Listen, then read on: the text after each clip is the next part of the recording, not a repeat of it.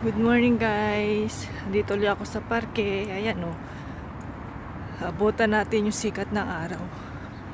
Medyo late ako ngayon.